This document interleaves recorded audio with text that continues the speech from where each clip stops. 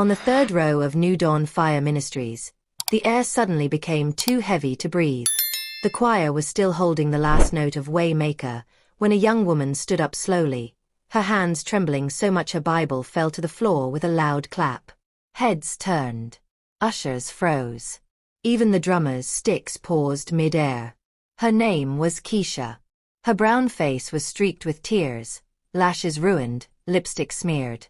She wore a simple fitted blue dress and a light cardigan, her natural hair pulled into a puff, but it was her eyes that silenced the whole sanctuary, red, tired, desperate.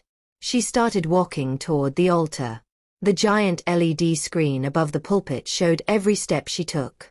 Phones came out quietly. A few teenagers in the back started recording, thinking it was just another emotional testimony. But it wasn't. Because at the pulpit stood Pastor Darius. Tall. Muscular. Immaculately dressed in a tailored white suit that clung to his broad shoulders and thick arms like it was sewn directly on his skin.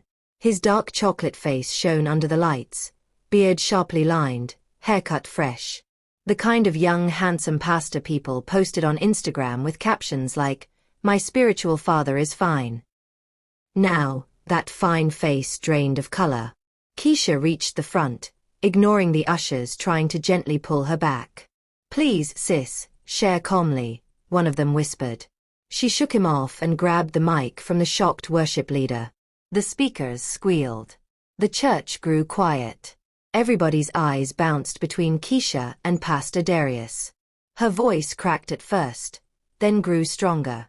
"I can't do this anymore," she said, chest heaving. "Pastor, you told me you would take care of me, that God said I should submit to you, that our secret covenant was holy." She laughed bitterly. "But now I'm 3 months pregnant, and you keep telling me to abort it in secret so your ministry will not be destroyed."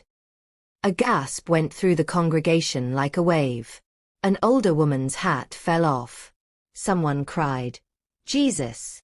Ushers looked helpless. The camera guy who streamed services online slowly lowered his camera, not sure whether to keep recording. On the big screen, Pastor Darius stood frozen. He opened his mouth, but no words came. Keisha turned to the people. "You all see his muscles, his fine face, his designer suits. You call him Daddy and Papa. But he used this same body, this same pretty face, to seduce me in the counseling room, in the name of prayer." Murmurs grew louder. In the front row, Mama Evelyn, the church mother with her gelly wrapped high like a crown, pressed her hand to her chest. "Lies!" one young woman shouted weakly from the side, as if she wanted to defend him but wasn't sure. Keisha's lip trembled. She raised her free hand and pointed at Darius. "This man is the father of my child. And I'm not the only one." People turned, eyes sharp, scanning every young woman in the choir, the ushers, the worship team. Pastor Darius finally stepped forward. "Keisha, my daughter," he said, his deep baritone shaking slightly. "This is the wrong place to." She laughed harshly into the mic. "Oh, now I'm your daughter? Was I your daughter when you were holding me in that hotel room, telling me no one must know because the spiritual ones won't understand?" The sanctuary exploded. Phones went higher. The huge security guard by the main entrance shifted his stance. For a heartbeat, the only sound was the buzzing of the air conditioner and Keisha's ragged breathing. Then, like a curtain being pulled back, the scene began to blur. Because this was not where it started. It had started months ago, when New Dawn Fire Ministries first announced that God had blessed them with a fresh anointing.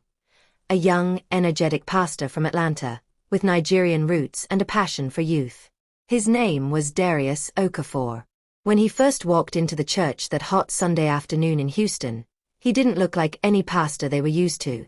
No big stomach. No oversized suit. No old-school glasses. He walked with the confidence of a man who knew people were watching. And liked it. His fitted navy suit hugged his athletic frame. His shirt was tailored, not baggy. His wrist glowed with a simple but expensive-looking watch. He wore clean sneakers instead of traditional shoes, and his fresh fade haircut looked like something from a barber's Instagram page. Young women in the choir nudged each other. "Girl, is that our new pastor?" Tosha whispered, eyes wide. "Pastor Ku?" "That one is influencer," Amara muttered, then giggled. Even some of the aunties smiled behind their fans. The uncle shook his hand extra firmly, trying to test his strength, but his grip was steady and respectful. When he took the mic for the first time, his voice rolled across the hall like rich honey.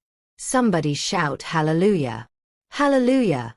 They roared back, half from his presence, half from habit. He preached well. That was the problem. He wasn't just handsome. He knew his Bible. He cracked jokes about African parents and American kids, about jollof rice and Thanksgiving turkey. He spoke about broken hearts, depression, shame, and how God still loved people who had messed up. The youth loved him instantly.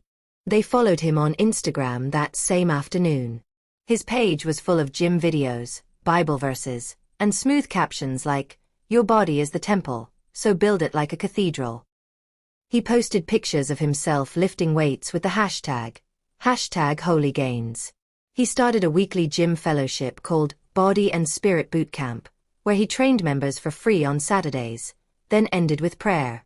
The ladies flocked there.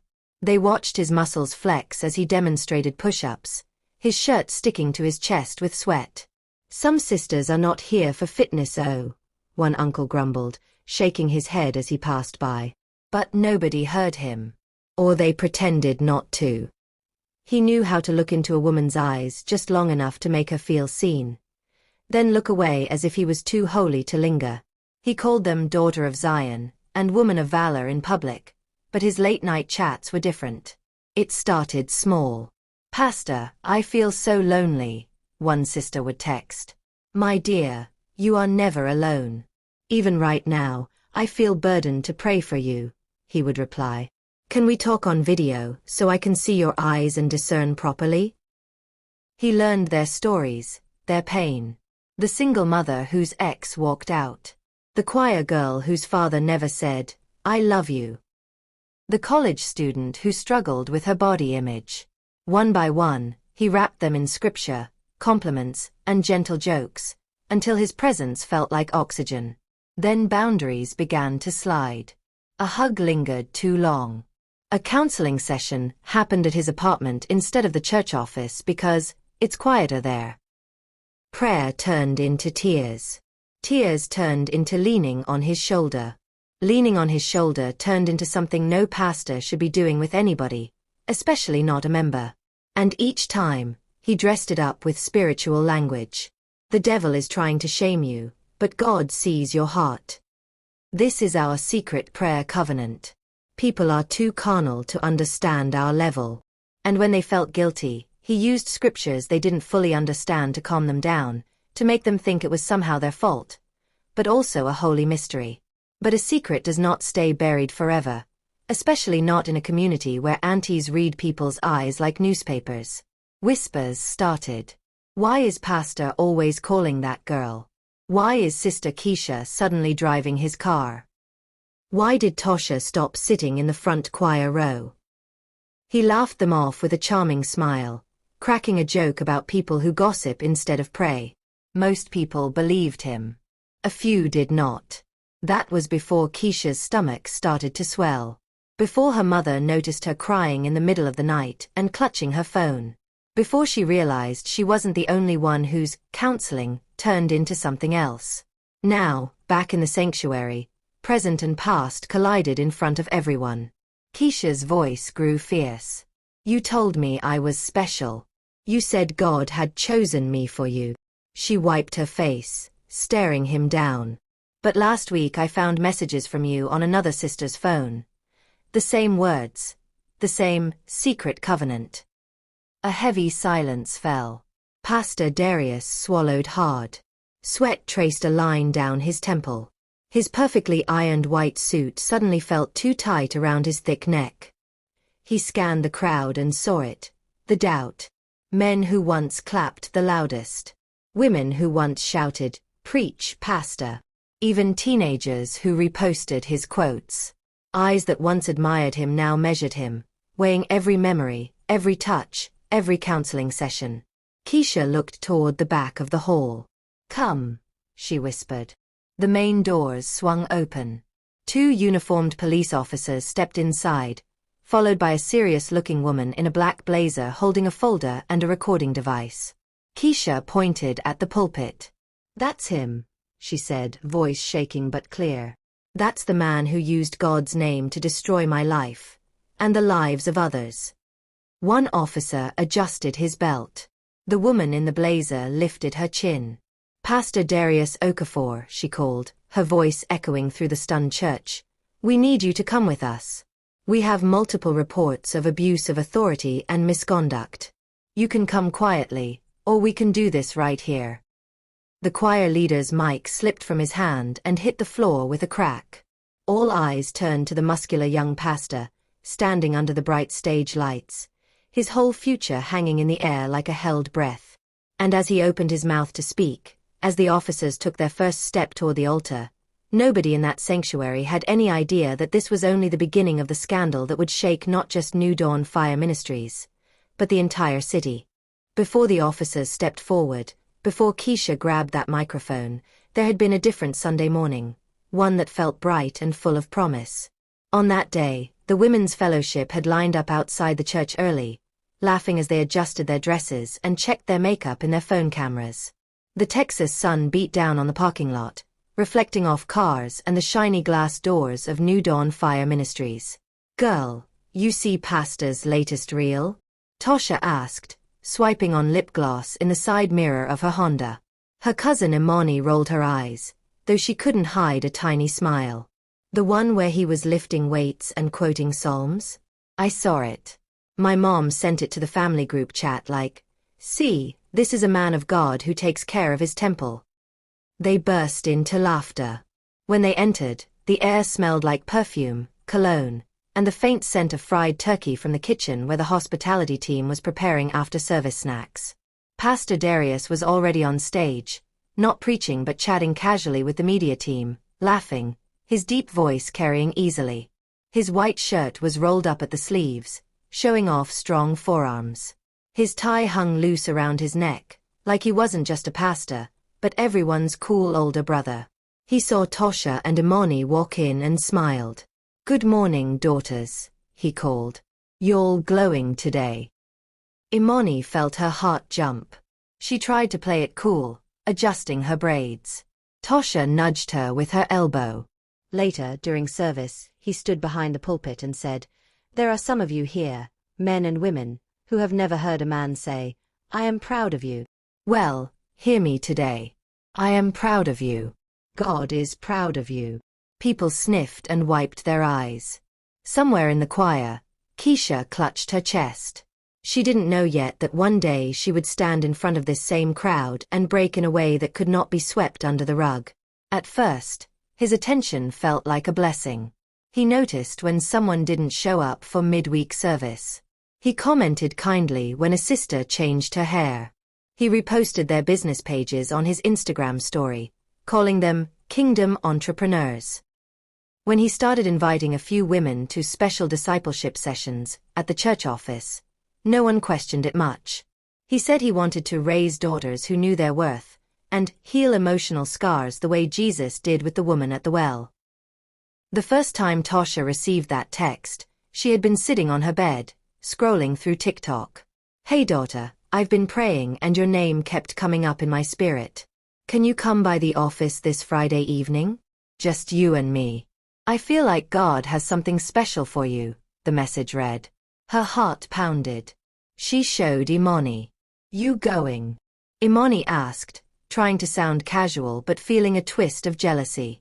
"Of course," Tasha said, trying to keep her voice steady. "Like, this could be big. Maybe he sees leadership in me.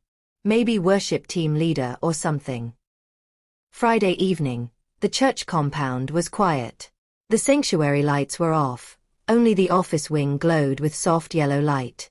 Tasha wore a modest but fitted dress, denim jacket, and small hoop earrings.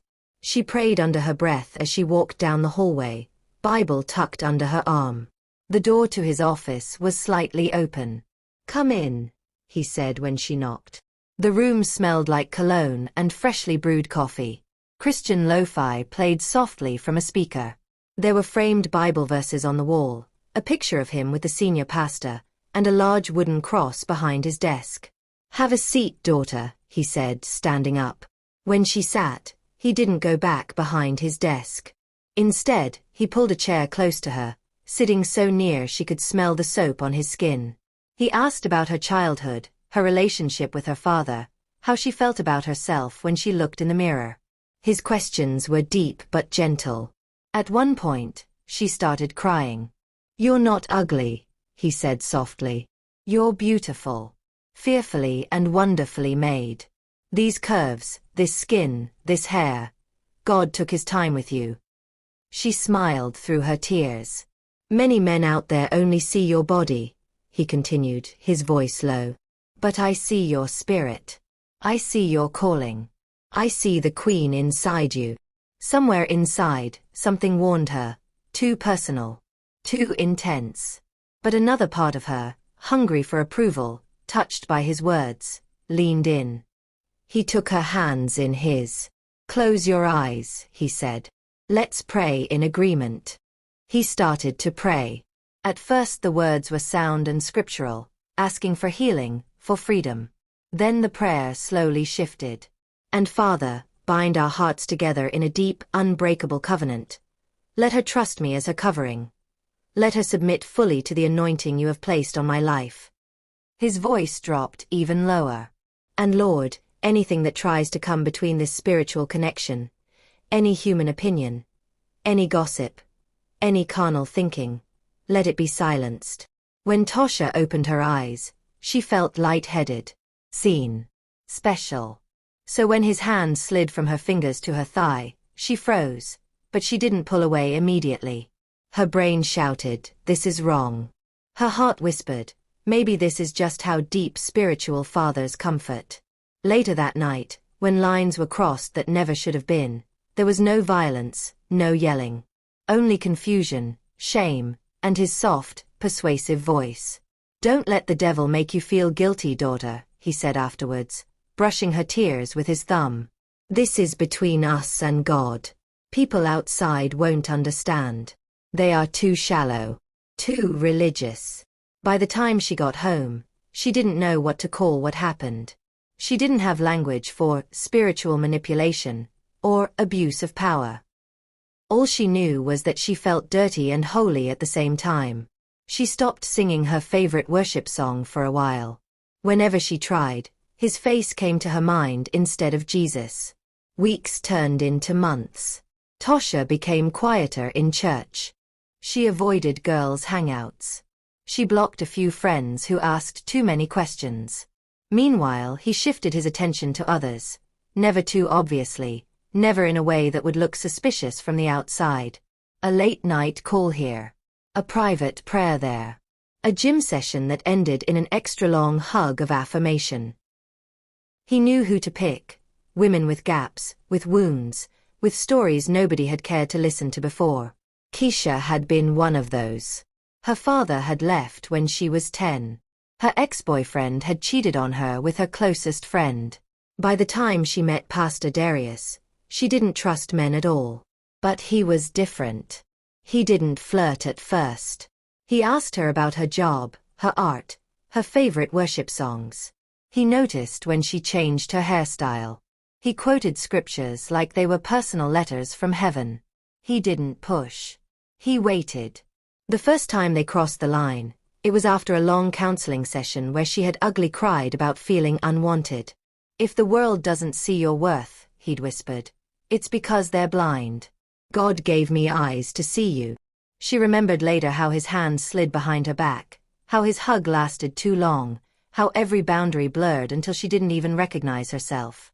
But what shook everything wasn't just one girl's heartbreak. It was patterns. It was messages.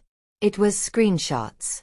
One Tuesday evening, Imani sat on her bed scrolling through Tasha's phone, looking for a picture they took together. Tasha had gone to the kitchen to grab juice. Imani wasn't trying to spy, she just wanted to post an old selfie and tag her. But a notification popped up. A message preview from Pastor D with a heart emoji. She frowned. Then another message came in, right under it. I miss our covenant moments. Don't stay away too long. Your body is still safe with me. Remember, no one will understand us. Imani's blood ran cold. She knew that tone. She had seen similar messages on Keisha's phone weeks earlier when Keisha had broken down in the car after choir practice. At the time, she didn't want to believe what she saw. She pushed it away. Now she had two phones. Two women. Same spiritual language. Same emotional pattern. Same man.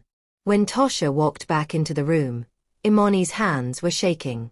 Tosha, she said quietly, holding up the phone. What is this? The look on Tosha's face told her everything. She didn't deny. She didn't even cry at first. She just sat down slowly, like her legs couldn't hold her anymore. Later that night, 3 young women sat in Imani's living room. Tosha, Keisha, and another sister from the ushering team named Layla. They compared messages. They compared stories. They finished each other's sentences. He told you that too? Layla whispered. He used that same verse with me, Keisha said, voice cracking. The truth was like a bomb dropped in the middle of their friendship. By sunrise, their anger had burned away some of the shame. They made a decision. They were not going to keep quiet. They started gathering evidence, screenshots, call logs, voice notes, dates. Imani reached out to a woman she followed on Instagram, a Christian counselor who often talked about church abuse and power imbalance. Within a few days, that woman connected them with someone else. A lawyer. A woman who didn't shake when she said words like misconduct, harassment, abuse of authority. Her name was attorney Simone Harris. She was the woman in the black blazer who would later walk into New Dawn Fire Ministries with a folder and a recording device.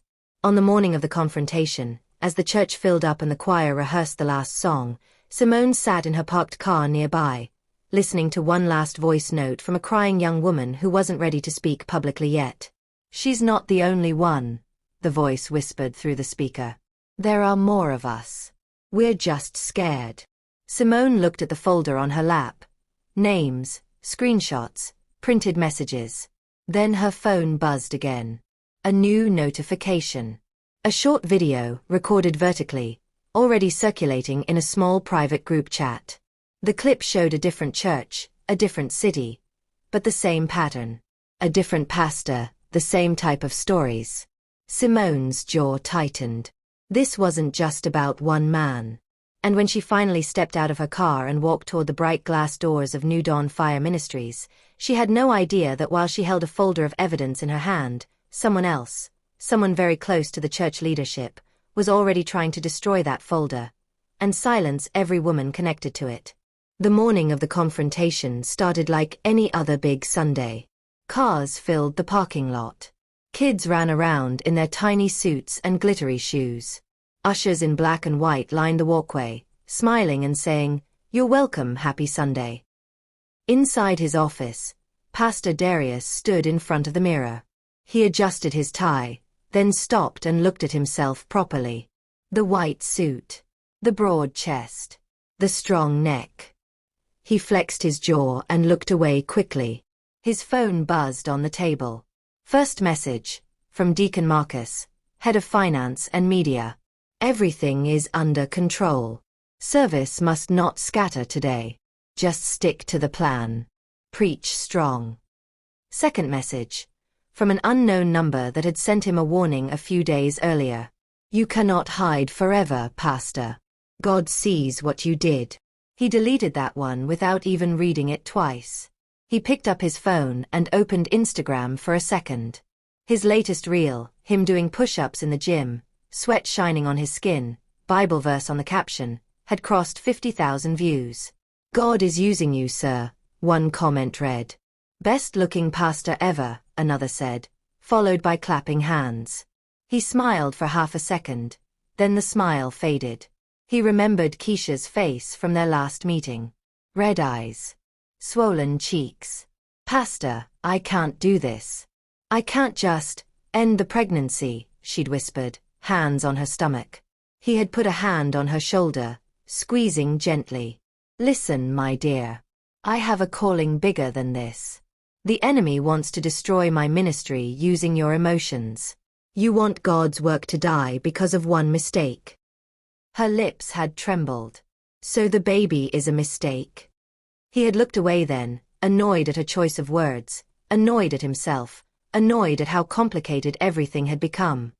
He shook the memory out of his head now and straightened his collar. In the hallway, Deacon Marcus was waiting. He was in his late 40s, with a neatly trimmed beard and a calm face that rarely showed what he was truly thinking. As Darius stepped out, Marcus closed the door behind them. You good? Marcus asked quietly. By faith, Darius said. You spoke to those girls? Marcus nodded slowly. Some of them. I offered support.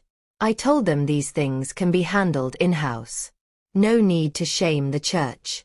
No need to let the world laugh. And? Darius asked, searching his eyes. They're emotional, Marcus said. I don't know how far they've gone with outsiders. But don't panic. I have people checking things out. He didn't mention the late-night call with Attorney Simone, when he had tried to sound polite and firm at the same time. We will review everything internally, he had told her. No need to involve authorities. You know how the media loves to tear down churches. Simone's voice had been steady. I don't work for your church, Deacon. I work for my clients. If they choose to file reports, they have that right. My advice: prepare yourself. He had ended the call, jaw tight. Now, as he walked with Darius toward the sanctuary, Marcus thought about the folder with all the evidence. He had tried to find it. Tried to see who she had copied. But things had moved faster than he expected. And so, for his own safety, he had started quietly saving his own files too. Voice recordings, text messages, bank transfers. If this whole thing blew up, he was not going down with Darius. As they reached the sanctuary doors, one of the youth ushers rushed up. Service is starting, sir. People are waiting, she said with a nervous smile. Darius put on his pastor face, the warm half smile, the calm eyes. Let God arise, he said softly. And his enemies be scattered, Marcus replied. They stepped onto the stage as the choir finished the opening song. From the pulpit, everything looked normal. The lights. The LED screen. The sea of faces, some eager, some tired, some just going through the motions.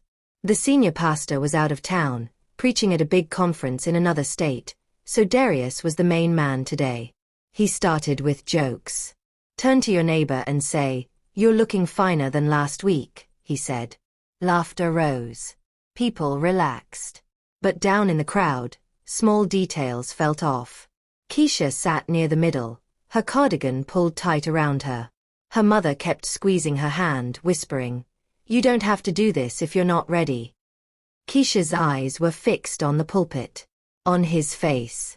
On the man who had smiled at her the same way he was smiling at the whole church now. In another corner, Tosha sat with Imani and Layla. They hadn't sung in the choir that day. They had all quietly stepped back, using weak excuses. Their hearts pounded as they watched him glide through the announcements. Behind the church, in the parking lot, Attorney Simone sat in her car again for a few seconds. She watched through the tinted glass as people walked in and out.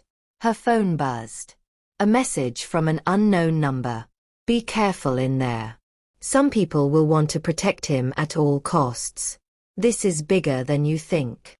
She stared at it for a moment, then turned off her phone and stepped out of the car, clutching the folder. 2 uniformed police officers were already leaning against their car nearby. She walked over, showed them her ID, and spoke quietly. This is a sensitive situation, she said. He's a popular spiritual leader. People may react strongly. Stay calm but firm. One officer nodded. We'll follow your lead, ma'am. Inside, Darius had moved into the sermon. He preached with fire. He shouted about holiness. He warned men about lust. He told women not to let men use them. This generation plays too much with sin, he thundered. People want to play with fire, then cry when they get burned.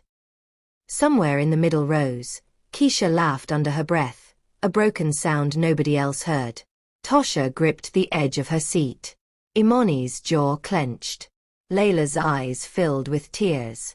They had agreed on something the night before. No matter how scared they felt, they would not let him flip the story and make them the problem. In his office earlier, Darius had convinced himself that even if rumors came out, he could turn it around. He would say the devil was attacking him because his ministry was powerful. He would say bitter women were lying to bring him down. He had almost believed it. Almost. But as he preached and scanned the crowd, his eyes met Keisha's for a brief second, and something inside him shook. She didn't look like a liar. She looked like someone who had nothing left to lose. Near the back of the hall, Simone slipped in quietly and took a seat on the side. She didn't bow her head when others did. She watched. She studied faces, body language. There was fear in the room. Not just normal fear of God, but a tight, nervous tension. Halfway through the sermon, as the choir hummed softly behind him, Darius felt his phone vibrate in his pocket. He ignored it. It vibrated again. Annoyed, he stepped back from the mic for a second, pretending to take a sip of water, and slid the phone out. A single text from a number he knew too well. From one of the women whose messages he had deleted and blocked, thinking the problem was gone. If you try to call me crazy today, the message read, I will show them everything. Every picture. Every message. Every note you left in my Bible. His hand shook. He almost dropped the phone. He looked up and found himself staring straight at Simone, who was watching him with calm, steady eyes. She knew. He realized with a cold shock that this was not going to be a small problem he could preach his way out of. The choir finished the soft background song. The church waited for him to continue, unaware that his whole act had cracked in that single moment. He put the phone back in his pocket and moved closer to the mic. Church, he began, his voice slightly hoarse. The enemy is real. He wants to. He stopped. At that exact moment, Keisha's chair scraped the floor as she stood up. The sound seemed louder than it really was. Heads turned. In the back, one of the ushers noticed the two police officers and Simone walking through the doors, their faces serious. Time slowed down. The next few minutes would play out exactly as the church would later remember it. The walk to the front, the fallen Bible, the grabbed microphone, the trembling voice turning into a storm. But something else had already started boiling outside the walls of New Dawn Fire Ministries. As Keisha opened her mouth to speak, people's phones began buzzing all around the sanctuary. One teenager in the back glanced at his screen, expecting a meme from his friend. Instead, a notification flashed. Breaking story. Popular youth pastor in Houston under investigation for alleged misconduct. Exclusive details. Below it, a photo. It was Darius. Another buzz. Another notification from a different Christian blog. Is your pastor safe? Multiple women speak out against charismatic leader. Within seconds, small gasps rose from different corners as people started reading. Is this not our pastor? One woman whispered, holding up her phone to her neighbor. As the first screams of shock spread through the room and dozens of hands gripped their screens, Darius felt the floor tilt beneath him. This was no longer just a church issue. The whole city had just stepped into their sanctuary. And in that charged moment, between Keisha's first word and the officer's first step, New Dawn Fire Ministries realized there was no way to quietly sweep this under the rug anymore. If you're still watching and listening at this point, take a deep breath. Imagine being in that church right now, phones buzzing, truth crashing into the room. Before we move into what happens next, feel free to hit the like button if this story has your heart racing, and subscribe so you don't miss the rest of what unfolds in this church. The words, "We need you to come with us," were still hanging in the air when the sanctuary erupted. No, no, no, this is not right. One older man shouted, jumping to his feet. Touch not my anointed. a woman cried, waving her handkerchief like a flag. Others remained silent, stunned, phones still open on the breaking news alerts showing his face. Up on the stage, Darius felt all their eyes pressing against his skin. His throat was dry. He glanced at Deacon Marcus, who had moved closer to him without being obvious. Marcus's voice was low, meant only for his ears. "Do not argue here," Marcus murmured. "Anything you say now can be twisted. Go calmly. We'll fix this. Fix this." The words sounded ridiculous in his head, but he was too dazed to say so. Attorney Simone stepped forward. She didn't reach for the mic. She simply spoke loud enough for those nearby to hear. "Pastor," she said evenly, "you are not under arrest yet. You are being asked to come in for questioning based on multiple reports. The more you cooperate, the more respectful this process will be." The taller officer shifted his stance. "Sir, please." Darius looked at Keisha. She was still holding the mic in one shaking hand, the cord hanging crooked. Her other hand was on her stomach. Their eyes met. For a second, he saw not a troublemaker or the enemy's tool, but the girl who once sat in his office, clutching a tissue, whispering that she never felt wanted by anyone. He looked away quickly. He could not afford to remember that version of her. He slowly lifted his hands, not in surrender, but in an attempt to show the crowd he was calm. "Church," he started, voice rough. "The devil is." The shorter officer touched his elbow gently. "Please, sir. Let's talk outside." A few people started shouting. "You can't just take our pastor. Is this some kind of setup?" But others were whispering a different tone now. "I knew something off about all those private sessions. Why are so many girls crying?" As the officers guided him down the steps, Marcus stepped in front of the mic. "Brethren," he said quickly, "let us stay orderly. No matter what you are hearing, God is still on the throne. Let us not rush to judgment." In the middle of the hall, Keisha felt her legs weaken. Her mother wrapped an arm around her shoulders as her fingers released the microphone. An usher gently took it away. The church that had once been her safe place now felt like it was spinning. Tosha, Imani, and Layla rushed toward her, pushing through the crowd. They formed a small circle around her, holding her as her chest rose and fell in heavy sobs. "You did it," Imani whispered near her ear. "You did the thing we all were too scared to do." "I don't feel brave," Keisha choked. "I feel empty." They led her to a side room, where Simone joined them a few minutes later, after Darius had been escorted to the police car outside. From the small window, they could see people in the parking lot, some shouting at the officers, some filming, some just standing with their hands on their heads. Inside the room, the air was thick. Simone closed the door gently and set the folder on the table. "You did well," she said quietly. Keisha wiped her face. "They hate me now. You heard them. Some of them think I'm lying. Some of them think I'm just trying to destroy the church." Simone pulled a chair and sat facing them. "Some will stay in denial for a while," she said. "They built their whole faith around the man on that stage.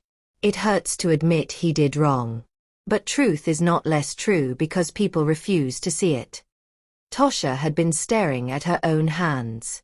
"How did we let it get this far?" she asked, voice small. "How did so many women? And nobody spoke up sooner."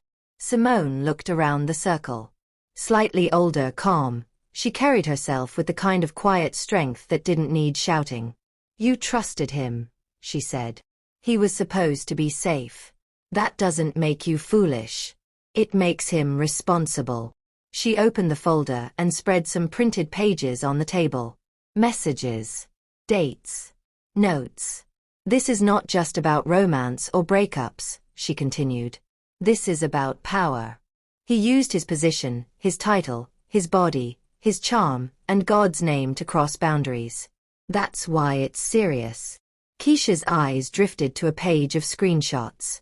Her own messages sat beside others, words forming a pattern she could no longer pretend not to see. She suddenly remembered the night before, the one that had pushed her from fear into decision. She had been alone in her small apartment, lights off, only the glow of the street lamp outside. Her phone buzzed. It was Darius. "Let me come over," his message read. "We can talk privately. We can pray. I can still help you. Don't listen to those other voices." She had stared at the screen, her heart racing. Seconds later, another message came. "Don't forget," he wrote, "I'm the only one who truly understands you." Keisha had looked at herself in the mirror that night, hand on her small but growing belly. "You're not the only one," she had whispered to her reflection. "God sees me. And I'm not going to let you hide behind him anymore." She had put her phone on airplane mode and sat on the floor, crying until her head hurt. Then she wrote down, on a torn page of her journal, everything she could remember. Dates, places, words he had used. It was that page she had given Simone the next morning. Now, back in the small room at church, she took a deep breath. "What happens to him now?" Layla asked. Simone sighed. "Right now he's just being questioned," she said. "He'll give his side. He'll probably say everything was consensual, that you all pushed yourselves on him, or that you misunderstood spiritual closeness." Tasha flinched. "But consent is not clean when the power is that uneven," Simone went on. "A pastor, a counselor, a mentor. Their responsibility is higher. The law understands that more and more now. And the church?" Imani asked. "What are they going to do? Just move him to another branch, like nothing happened?" Simone looked at her carefully. "That depends on who wants truth more than image," she said. In another room, a few doors away, that battle for image had already begun. Deacon Marcus sat at a long table with some of the board members, older men in suits, a few church mothers, the head of the women's fellowship. One man with gray hair shook his head over and over. "I am not saying what these girls claim is impossible," he said. "But police? Lawyers? Do they know what they have done to this ministry?" A church mother slammed her palm lightly on the table.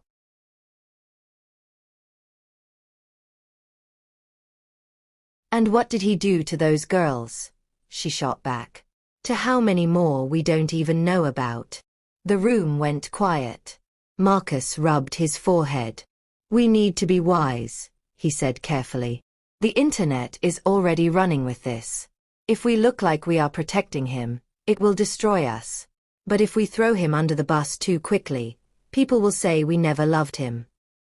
A woman in a simple navy dress, head of the counseling team, spoke for the first time. "Love does not mean covering sin until it rots," she said. "It means correcting. It means taking responsibility. We put that man in front of our daughters. That is on us too." The older man cleared his throat. "So what do you suggest?" he asked. "We strip him of title today? Announce it next Sunday? What if he is innocent?" Marcus stared at the table. He thought of the recordings he had secretly saved, the late-night calls he had overheard, the envelopes of support money he had helped deliver to certain sisters without asking too many questions. He swallowed hard. "I don't think he's innocent," Marcus said quietly. Every head turned. "I think we ignored signs because the church was growing," he continued. "Offerings were up. Youth were filling the seats. We liked the way he made us look." Silence stretched. "Now we have to choose," he said.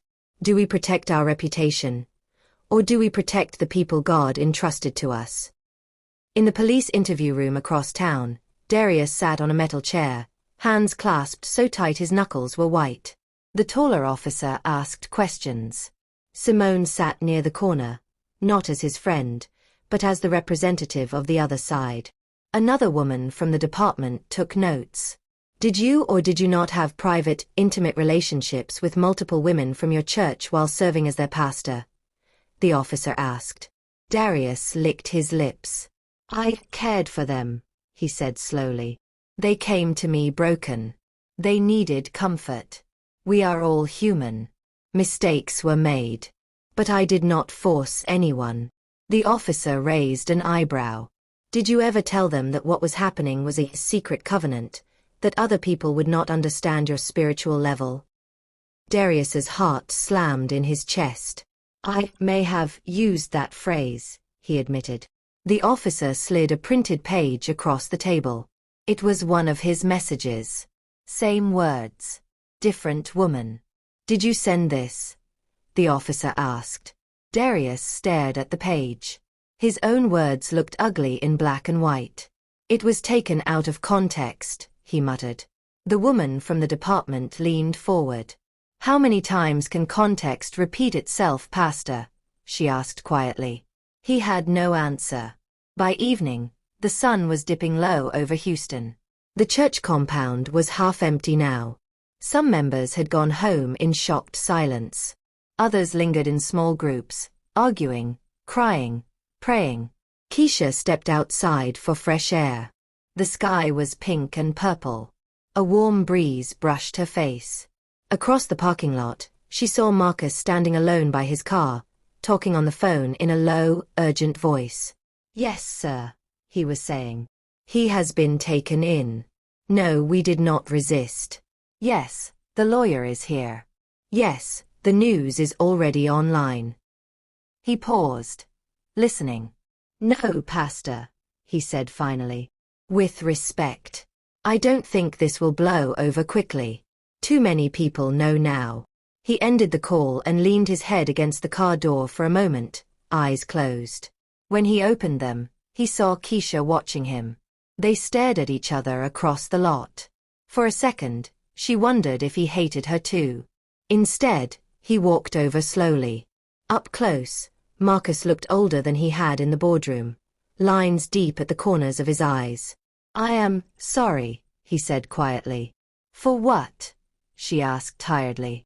For what he did. Or for getting caught. He flinched a little at the sharpness in her tone, but he didn't walk away. For not asking harder questions, he said. For seeing smoke and pretending there was no fire. For enjoying the crowd and the noise and the money. And forgetting there were real human hearts in the middle of it. Keisha looked down at her stomach. Sorry doesn't change what I have to carry now, she said softly. No, he agreed. It doesn't. But it can change what we do next. A car drove past, music playing softly from inside, carrying a worship song into the dusk. Somewhere in the city, people were sharing links, arguing in comment sections, taking sides over a man they had never met and women whose faces they did not know. Inside the church, someone had started gathering chairs into a circle for a late-night prayer meeting. But in one small apartment on the other side of town, a fourth woman, who had not yet come forward, sat alone on her bed, phone in hand, staring at a blank email draft addressed to Simone. She took a shaky breath. Her finger hovered over the send button. Because even though Keisha's voice had sounded like the last one, the truth was that as long as power stayed in the dark, there was always someone else sitting quietly, wondering if anyone would ever believe her story too. By Monday morning, the story had grown teeth. It was no longer just church gist. It was on YouTube channels, TikTok lives, Instagram pages, and Christian blogs. Some people made reaction videos. Some made jokes. Others cried on camera, saying they were tired of leaders breaking their trust. Hashtags started to form. Hashtag pray for Pastor D. Hashtag protect churchgirls. Hashtag New Dawn scandal. In her small apartment, Keisha sat at the edge of her bed, phone face down beside her. She didn't want to see any more notifications. Her eyes were swollen from crying, but her mind would not rest. Her mother knocked softly and came in with a tray. You need to eat, she said. You're carrying 2 people now. Keisha looked at her stomach. I don't even know if I can bring a child into this mess, she whispered. Her mother set the tray down and sat next to her. The mess is not the baby's fault, she said gently. Or yours. It belongs to the man who created it and the people who helped him hide it. Keisha blinked back tears. What if he gets away with it? She asked. What if they believe him because he's the pastor and I'm just one girl with a shaky voice on a mic? Her mother shook her head. You are not just one girl, she said. And you are not alone anymore. As if on cue, Keisha's phone buzzed on the bed. She turned it over. It was a group chat message from Imani. Emergency meeting at Simone's office, 3 p.m., it read. Things are moving fast. Please come. Keisha took a deep breath. Okay, she said softly. Then we move fast too. Across town, in a quiet suburb, Darius sat in the living room of his rented house, staring at the muted TV. Every channel that mattered to him seemed to be talking about him. Some showed his old sermons with dramatic music underneath. Some blurred his face but left his voice. Some interviewed anonymous church members, with disguised voices. His lawyer, a slim black man in a grey suit named Terence, sat on the other side of the coffee table, flipping through a thin file. Right now you've been released while they continue the investigation, Terence said. They don't have enough to lock you up yet. But they do have enough to keep digging. Darius rubbed his face. They're acting like I'm a criminal, he muttered. I didn't drag anyone. I didn't beat anyone. They came to me. They wanted my attention. Terence looked up, eyes sharp. I need you to understand something, he said quietly. That is not going to help you. You were their pastor. Their counselor. Their covering, as you call it. The law sees that power difference. The more you sound like they wanted it, the worse you look. Darius clenched his jaw. What am I supposed to say then? He snapped. That I'm a monster? That I used God to. The words stuck in his throat. Terence let the silence hang for a moment. Then he sighed. Legally, we need to see what they have, he said. Messages. Voice notes. Witnesses. We need to know how many women are ready to speak. And you need to stop contacting them. All of them. No calls, no texts. No, I'm sorry, let's fix this privately. Nothing. Do you understand? Darius swallowed hard.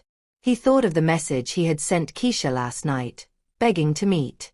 She hadn't replied. I understand, he said quietly. His phone buzzed. This time, it was Deacon Marcus. We need to talk, the text read. The senior pastor wants answers. Also, there's something you didn't tell me about your last church. Darius stared at the screen, stomach twisting. He had hoped that part would never come up.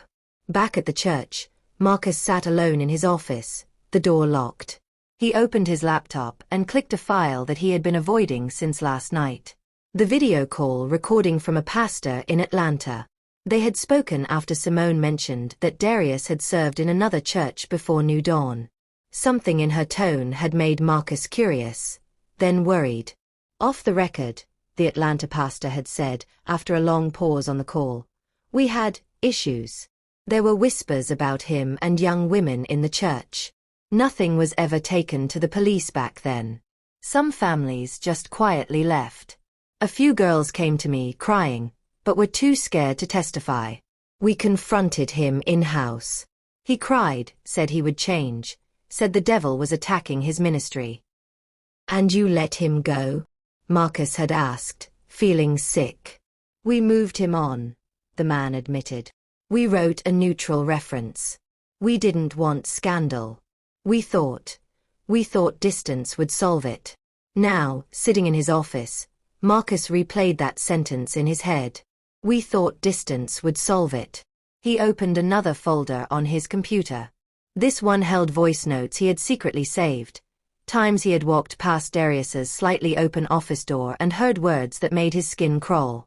Don't tell anyone, they won't get our level. If you really honor the anointing on my life, you'll trust this. He had told himself he was keeping those recordings for just in case. Now, just in case had arrived, wearing a police badge and carrying a lawyer's folder. His mouse hovered over the forward button. He thought of the senior pastor, of the church's name, of the mortgage on the new building, of his own job. Then he thought of Keisha's face, crumpled in the parking lot. He clicked. Across town, Simone's office was cool and simple. white walls, a wooden table, a small couch, a shelf with law books and a few plants. Keisha, Tosha, Imani, and Layla sat together, hands folded, legs bouncing slightly. Simone stood at the whiteboard, marker in hand. "Okay," she said, "I want you to see clearly where we are." She drew a simple timeline: first message, first meeting, first incident, breakups, threats, failed promises. "Right now, the city has opened an investigation," she said. "They've taken his phone. They're reviewing what you gave them. The church is also forced to respond. That's good. It means this is no longer hidden in a corner." Tosha raised her hand slightly, like she was in class. "But why are people online calling us liars?" she asked. "I saw comments under one blog. People are saying we just want clout. That we seduced the pastor because he's handsome, and now we're bitter." Keisha looked down. She had seen those comments too. Simone nodded slowly. "Whenever a powerful person is exposed," she said, "some people will always defend them. It's easier to attack the victims than to admit that someone they admired did evil." She wrote 4 words on the board: lies, shame, fear, control. "These are the tools that kept you quiet," she said. "You have already broken their power by speaking. But the backlash hurts. That's why you need support." "Support from who?" Layla whispered. "Half the women in my WhatsApp group are telling me, don't drag God's name in the mud. As if God is the one who slept with us." Silence fell.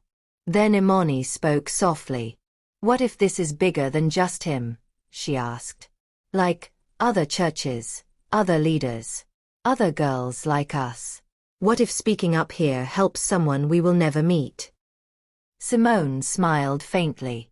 "That's exactly why I do this work," she said. "Not just for the case in front of me, but for the ones watching from the shadows." Her phone buzzed. A new email. She opened it, eyes scanning quickly. It was from an unknown address but signed with a first name. Another young woman. Another story. Same pattern. Same name. Simone inhaled slowly.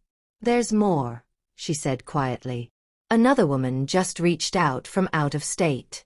She says he visited her campus last year as a guest minister. She says he did the same thing there." Keisha's stomach dropped. "How many people can one person hurt?" she whispered. Simone didn't answer. Instead, she walked back to the table and sat. "Here is what I need you to decide," she said. "The church leadership wants to meet with you all. Some to apologize, some to control the damage, I'm sure. Are you willing to sit in that room? It won't be easy. Some will question your stories to your face." Keisha looked at the others. Her hands were trembling, but there was a new kind of strength underneath the fear. A tired, solid strength. "I'll go," she said. "Me too," Tosha added. "Same," Layla said, voice barely above a whisper. Imani nodded. "Then we go together," she said. "Nobody sits alone in that room." That evening, Marcus sent a message to Simone. "Board meeting tomorrow, 7 p.m. at the church," it read. "Victims invited to share. Senior pastor will be present. I'm sending you some files as well. It's time everyone hears the full truth." Attached were audio clips and the video call from Atlanta. Simone listened to one of the audio files with headphones on. Darius's voice filled her ears. "I'm not like other pastors," he was saying in the recording. "They judge you. I see you. That's why God sent you to me. Don't let legalistic people make you feel dirty. This is our secret. Our covenant. If you talk, they'll only attack you, not me." He laughed softly in the recording. "Anyway, they love me too much," the recorded voice said. "By the time I cry on the pulpit and say the devil attacked me, they'll blame you instead." Simone took the headphones off slowly. Her jaw was tight now. The next evening, the sky over the church was dark and heavy with clouds as people arrived for the closed-door meeting. No cameras. No live stream. No public announcement. Just board members, selected leaders, the women who had come forward, Simone, and the senior pastor, an older Nigerian man with a tired face and kind eyes that now held deep pain. Keisha's knees felt weak as she walked into the boardroom with Tosha, Layla, and Imani by her side. There were no praise songs this time. No loud greetings. Only the scraping of chairs and the whisper of papers being shuffled. The senior pastor stood up slowly.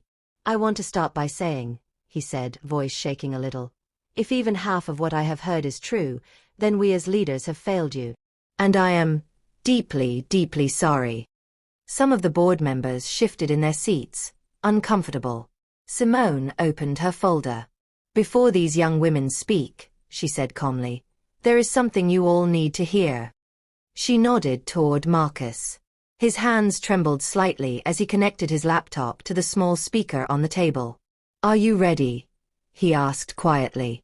Keisha's heart beat so loudly she could hear it in her ears. Marcus pressed play. Darius's voice came through the speakers, smooth and confident in the recorded conversation. "They love me too much," the voice said. "By the time I cry on the pulpit and say the devil attacked me, they'll blame you instead." The room froze. One church mother's hand flew to her mouth. The senior pastor closed his eyes. And as the recording continued, sentence after sentence exposing not just weakness but deliberate manipulation, Keisha realized that this moment would change everything. Because once you hear a mask fall off in someone's own voice, you can never pretend you don't know what's underneath. Outside, thunder rumbled in the distance. Inside, as the audio played on, every person in that room had to decide, in their own heart, whether they would keep protecting the image of a muscular, charming pastor, or finally stand up for the women whose bodies and souls had been carrying the weight of his secrets all along. When the audio stopped, the room was so quiet they could hear the rain starting outside, soft against the roof. Nobody moved.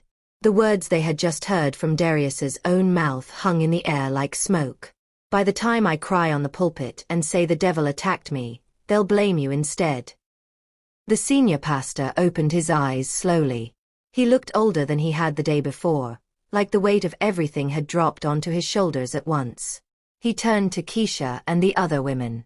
"My daughters," he said quietly, "I cannot take back what has been done to you. I cannot pretend I did not enjoy the way this young man filled our seats. But I can tell you this. Today, we will not blame you. Not anymore." A church mother wiped her eyes with the edge of her scarf. One of the older board members cleared his throat. "I never liked that boy's tight suits," he muttered, voice shaky. "But I liked the way people clapped for our church. I turned my face away when things didn't feel right.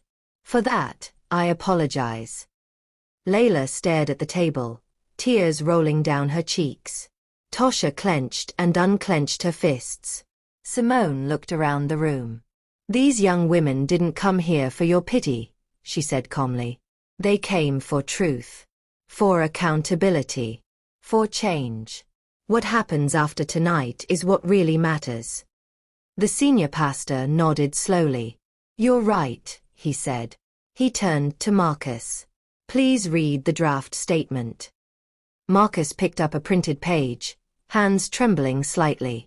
"As of today," he read, "New Dawn Fire Ministries is officially removing Pastor Darius Okafor from all positions of leadership and ministry within this church. We acknowledge that we failed to protect vulnerable members under our care. We will cooperate fully with ongoing investigations and commit to bringing in independent counselors to support anyone affected by his actions." He paused, swallowed, then continued. "We also commit to reviewing our policies on counseling, private meetings, and pastoral conduct. No leader, no matter how gifted, will ever again be allowed to meet alone, behind closed doors, with members in ways that put them at risk." He lowered the paper. "This will be read publicly on Sunday," he said. One of the board members shifted uncomfortably. "Do we have to say, failed?" he asked weakly. "Can't we say, we were unaware?" The senior pastor turned to him, eyes firm now. "We were not blind," he said. "We just refused to see. That is failure." Silence fell again. Keisha looked up, surprised by the strength in his voice. He turned to her. "Keisha," he said gently, "if you are willing, I would like those watching to hear from our side that you are not the enemy. But you do not owe us your pain in public. You choose what you want to share." Keisha swallowed hard. For a moment, she saw herself months ago, hiding in her room, clutching her phone, believing she was the only one. Believing if she spoke, nobody would believe her. Now here she was, sitting at the same table as the leaders who once praised the man who hurt her, listening as they admitted their failure. Her voice, when she finally spoke, was soft but steady. "I don't want another girl to sit in that counseling chair and think silence is holy," she said. "If my story can stop that, then I'll share. But I won't do it alone. We all speak together." Tosha, Layla, and Imani nodded. Simone smiled faintly. "Then we'll prepare you," Simone said. "Step by step. No one will rush you to perform your pain." 2 weeks later, the church sanctuary looked different. No LED excitement, no bright promo videos, no hype music. Just simple chairs, dimmer lights, and a small podium. The building was full, but the atmosphere was sober. Some people came ready to defend Darius. Some came ready to hear truth. Some came because they didn't know what to believe anymore and needed answers. There were cameras, but not for live stream. The church had agreed to record the meeting for transparency, in case anyone tried to change the story later. The senior pastor stepped up to the podium, holding the statement. He read every line slowly, voice cracking at some points. "As of today, we are officially removing Pastor Darius Okafor from all positions of leadership." People shifted in their seats. Some gasped. Some shook their heads. One woman stood up and walked out, tears in her eyes. When he finished reading, the senior pastor set the paper down and looked at the crowd. "For those of you who are angry, I understand," he said. "For those who are confused, I understand. But I ask you, do not make idols out of men. We are dust. Only God is perfect." He paused. "Now, some of our daughters have chosen to share, in their own words, what happened. Listen with humility. No attacking. No shouting. If you cannot handle it, you may quietly step outside." Keisha's heart pounded as she walked to the mic with Tosha and Layla beside her. Imani stood behind them like a quiet wall of support. She could feel eyes on her from every side, women she grew up with, aunties who once hugged her, uncles who used to greet her father. Some faces were sympathetic. Some were cold. She took a deep breath and clutched the paper in her hand. Her therapist had helped her write what she wanted to say, so she wouldn't get lost in the emotion. "In this church," she began, voice shaking at first, "I learned how to pray. I learned how to sing. I learned how to serve. I also learned how easy it is for someone you trust to use your pain against you." She recounted in simple, careful words, the way Darius had approached her, the things he had said, the pressure he put on her to keep everything secret, for the sake of the ministry. She did not give graphic details. She didn't need to. The power of the story was in the pattern. When she finished, Tosha spoke. Then Layla. Each story carried pieces of the same puzzle.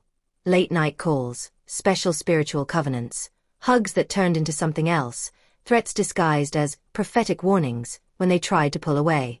By the time they were done, the sanctuary was thick with tears. Some women sobbed openly. Some men stared at the floor, ashamed. One young man in the back whispered to his friend, "If this can happen here, we have to watch everything." An older woman, who had at first been angry, now sat with her face buried in her hands. "I told my daughter to go to him for counseling," she whispered to herself. "God, forgive me." After the women stepped down, Simone spoke briefly. "This is not about destroying a church," she said. "This is about rebuilding trust. About saying no more to secret abuse. About making sure Jesus is not used as a cover for sin." When the meeting ended, a line formed in front of Keisha and the others. Some came to apologize. "I'm sorry I called you a liar online," one girl said, tears streaming down her cheeks. "You were brave. I was scared. Some came to say thank you. You gave my niece language for something that happened to her in another church," a man said quietly. "She's reaching out for help now." And some, mostly older women, came with eyes full of regret. "We protected the pulpit and abandoned our children," one church mother said, gripping Keisha's hands. "We will not do that again." Outside, in the parking lot, cameras from local stations waited. This time, the church did not hide. The senior pastor gave a short statement, standing beside Simone and some of the women. "We are not here to protect an image," he said. "We are here to repent and do better." Months passed. The legal process moved slowly, but it moved.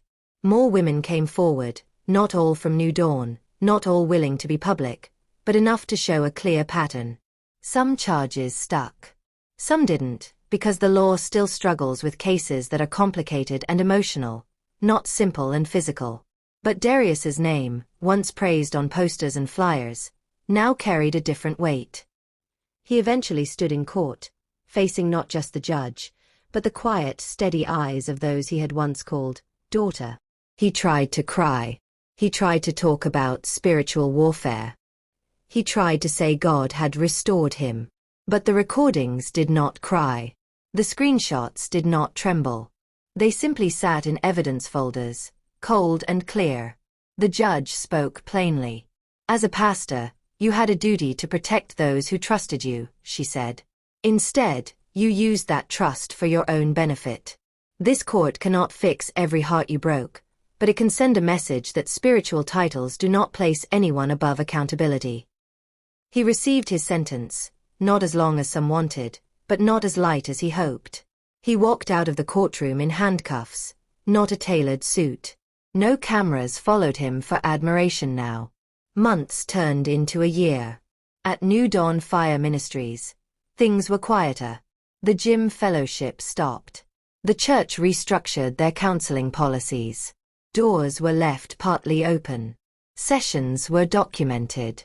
No leader was allowed alone with minors or with vulnerable members behind closed doors. They invited outside counselors to hold healing groups. Keisha attended the first one. She still had bad days. She still woke up some nights with her heart racing, hearing his voice in her head. But there were good days too. Days when her baby kicked against her ribs and she laughed through her tears. Days when young women, and even a few men, messaged her privately to say, "Your story helped me speak up about mine."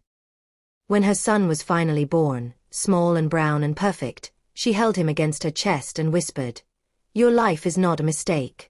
You are not a secret. You are proof that God can bring new life out of the worst lies." At church, some people had left, not ready to deal with the discomfort. New faces came, drawn by the strange mixture of honesty and hope the church now carried. One Sunday, as the choir sang softly and the new youth pastor, a gentle, calm woman with natural hair and round glasses, shared a short message, Keisha looked around the sanctuary. There were still scars. Trust did not rebuild in one day. But there was something different in the air. Less hype. More truth. After service, a teenage girl approached her. "Miss Keisha," she asked shyly, "can I ask you something?" "Sure," Keisha said. The girl twisted her bracelet. "How did you not feel like it was your fault?" she asked quietly. "Like when someone older and powerful does something to you and then acts like you wanted it." Keisha smiled sadly. "I didn't get there overnight," she said. "I had to hear it 100 times from people who loved me. And I had to start saying it to myself even when I didn't believe it yet." She touched the girl's shoulder softly. "But if someone ever makes you feel small, or dirty, or guilty for something they did with their power," she said, "that's not love. That's not God. And you're allowed to speak up. Here. Anywhere." The girl nodded, eyes bright. "Okay," she whispered. "Thank you." As she walked away, Keisha watched her join a group of friends, laughing, free. She looked up for a moment. The ceiling lights glowed softly.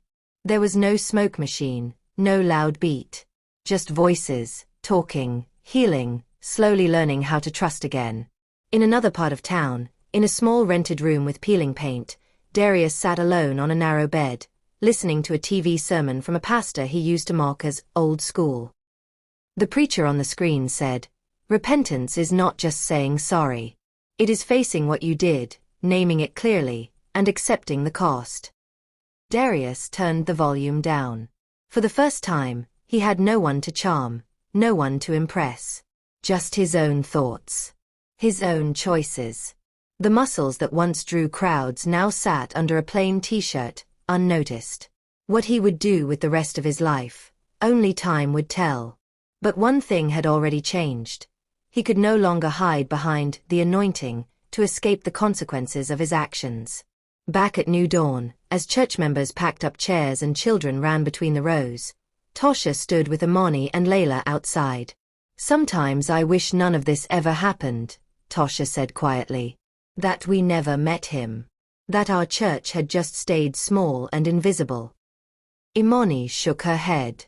"If we stayed small and invisible," she said, "maybe we would have stayed silent too. Maybe we wouldn't have learned how to say no more." Layla smiled a little. "And now," she said, "we get to build something different. Something honest. Not perfect, but honest." Keisha joined them, her baby in her arms. He yawned, tiny fists stretching, unaware of the storm that had surrounded his life before he was even born. "Look at him," Imani said softly. "New generation. Different story." They all stood there for a moment, in the warm Houston sun, breathing in the quiet. The scandal that started with a young muscular pastor using his body and charm to seduce women in the church had turned into something else entirely. A long, painful journey toward truth, justice, and healing. The last woman he thought he could pressure into silence had been the one who finally stopped him. And even though the road ahead was not simple, one thing was clear. Secrets had lost their grip. Voices had found their sound. And somewhere in between broken trust and new beginnings, a wounded church was slowly learning that real power was not in muscles, or charm, or microphones, but in telling the truth, no matter how much it shook the room. If you've stayed with this story till now, thank you for listening. Before you go, tap the like button if this opened your eyes or touched your heart, and make sure you subscribe so you don't miss more stories like this.